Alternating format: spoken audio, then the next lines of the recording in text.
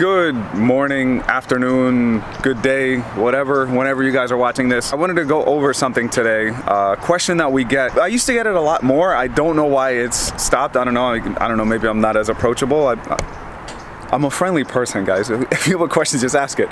But in any case, so the question that I used to get probably once a month, maybe more, is what camera should I get? And the answer for that is a little deeper. It's not just get this camera and it's gonna solve all your problems and it's gonna take the best photos and all that good stuff. It's a little bit more involved.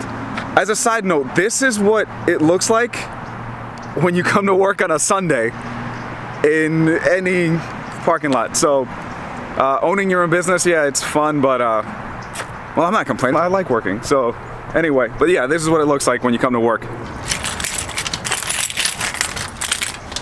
All right, so if your definition of fun and what the best camera is what's the biggest camera I can get, go and get yourself one of these bad boys. It's annoying as hell to carry all day. It's heavy.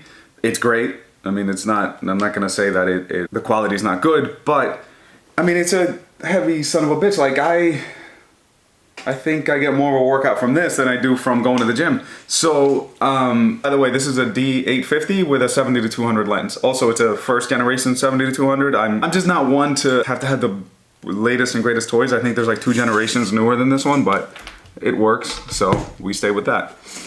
I think the question I used to get a lot was, what camera should I get? And my question always was, okay, what do you want to shoot? So if you're looking for a new camera, one thing that I would ask myself is, do I want to shoot portraits? Do I want to shoot landscapes? Do I want to shoot family vacations? What is it exactly that you want to shoot? That will help you narrow down exactly what camera you should get. The second question I would ask is, what's my budget? How much do I want to spend on a camera? If you're doing it for a living, you're more inclined to spend a little bit more.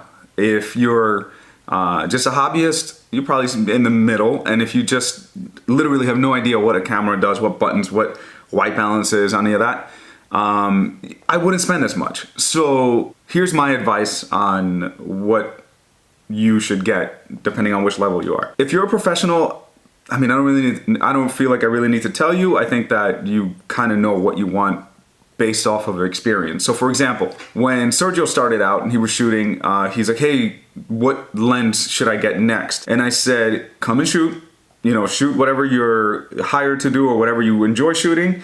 And when you're shooting, ask yourself, what lens would make my life easier? What flash would make my life easier? You figure out what to get next based off of, this is what I feel like I'm missing, and I feel like it would help me, it would help make my life easier, or it would help me be a better photographer. That's one thing with me is, like I said, I have the first generation 70-200. The reason for that is that I don't think a second generation, third generation 70-200 is gonna make me a better photographer. So if it's not gonna make me a better photographer and no couple is gonna notice or no client is gonna notice, then what is the point of going out and spending an extra $2,500 on a lens that's gonna do the same thing that this one does? So the more you shoot, the more you start to learn what equipment you actually need. Now, if you're in the middle and you're a hobbyist and you enjoy shooting, but it's not something you want to do for a living, it's just something you like, one thing I would say is buy used. This goes for the next one too, for if you're just getting started. Why spend, for example, let me pull it up actually. So for example, right now I just went to Best Buy, and the monitor's behind me, that's what I'm looking up. Best Buy for a D5600, which is a decent starter camera. It's actually better than my first like pro camera, so its technology moves very quick. Any case, it comes with a 18-55 lens and 70-300, and it's $700, $699. Okay, that's actually a decent deal. You get 2 lenses, they're not the best, but whatever, it'll get you started. $700, that's nice. There's somebody on Craigslist selling it for $550, which means you could probably, if you're good at negotiating, get it for $500. So, with tax, you're probably saving like $200 and something to get started. That $200 you can use for a flash, or you can use for something else. My point is, most people, or a lot of people, will buy these cameras, use them for 2 months, and then go, it was just annoying. It was too much. It was, we've all been there. Shit. When I started, I got a little overwhelmed the first night. I still remember, but I just stuck to it. Some people don't. So you can benefit off of that. You can save $200 or $300 if you just are okay with buying something used. And actually with this one, they give you a free camera bag, which is really nice. So with the one that's used, and you end up not really enjoying it either, or you're not using it as much, you're not losing much, because you can sell it probably for about the same amount if you sell it within 6 months before the newest model comes out, because that's how technology works. So that's what I would recommend if you're a hobbyist and you don't know exactly what you want to get, or if you want to get into DSLRs after shooting with your iPhone or a point and shoot camera, which I don't think anybody uses those anymore. In any case, third and last category would be if you just want to take photos on vacation. And I don't want to say just, it's an important thing. Memories are more important than anything, I would think. If you want to take photos on vacation, honestly, this is a wonderful invention, that little guy. When I went to Cancun with my friends and my girlfriend, I did take my camera, I didn't really use it much. And I ended up using my iPhone and the drone, because the drone gives you a different perspective than, obviously, yeah, I don't need to explain what a drone is. Start with the basics. Just really, honestly, if you have a point and shoot camera, just get out there, Google the following. What's the best lighting to take pictures in? The afternoon is going to pop up. What's the best time to shoot? The afternoon is going to pop up again. It's the best time to shoot. I'm going to do a vlog on that. I did film something, but I didn't really like it, so I'm going to refilm that. How to take a good portrait. You can take a good portrait with anything. You can take a good portrait with this vlog camera that I'm using, and it's not like a super expensive camera. The moral of the story is, if you want to get started, start figuring out exactly what you enjoy shooting. So if you're just going on vacation, take something that you're comfortable with. So for example, if I'm going to Iceland, which I still want to go there, if I'm going to Iceland next week and I don't take something that I haven't gotten comfortable with. So if you're going to have a vacation in the summer, don't wait until June to get a camera when you're leaving in July, or 30 days is actually a decent amount of time. Don't get it when it's like a week to go, because you're gonna go, you're gonna be confused, you're not gonna know what the camera does, and it's gonna overwhelm you. You're better off taking your phone. If you know you're gonna take a vacation in 2 months and you want to take a DSLR on your vacation, then Google things. Check on YouTube. I learned more on YouTube than I ever did in college. And YouTube was just getting started when I was in college, so that was a pain in the ass that I had to look at other resources. That's a vlog for another day. Send us a message. I literally, yesterday, one of my friends, Instagram friends, Kelvin, hit me up and he goes, "Hey dude, do you know how Walt Disney Concert Hall is if it's closed?" And I gave him probably a 3-minute rant on that, what is around there. You have nothing better to do. I live here pretty much.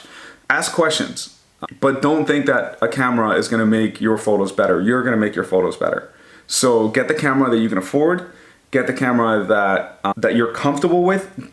Canon, Nikon, Sony, whatever, doesn't matter. Grab the camera, feel it, see where the buttons are, what you enjoy, and go with that. The camera doesn't matter, because a lot of the photos that we post, Sergio shoots with a Sony. Other Sergio used to shoot with a Fuji. Andrew used to shoot with Sony, went to Nikon when he played with my D750 on one job, went to Fuji, I believe, back to Nikon, and then back to Sony. So at the end of the day, it doesn't matter what the hell you're using, because I'll tell you this, we posted a ton of photos by all those photographers, and Isaac, who is the outcast, he used to shoot Canon. He still shoots Canon, but he's in India now. And it doesn't matter. My point is, you look at our feed and it looks consistent. It's shot with all those different brands, with all different lenses. It doesn't really matter what camera you're using, it's how you use it. I'm going off on a tangent again, so I'm gonna stop here. All right, so it's the next day. And yeah, it looks like I'm wearing the same thing. That's because I'm wearing the same thing, not for continuity's sake, but just because I'm lazy about changing my clothes. Anyway, we got a few questions, or we got a few responses from the post that I made on Instagram saying that I was filming this and asking if you guys had any questions. So if you're not following us, tnkphoto.com, exactly how it sounds, because some dummy with 1 follower and following 1 person has TNK Photo. That's another story for another day. All right, so Jesus asked D5200 or D500. And those are both Nikon models. The D500 is a little bit more professional, I guess.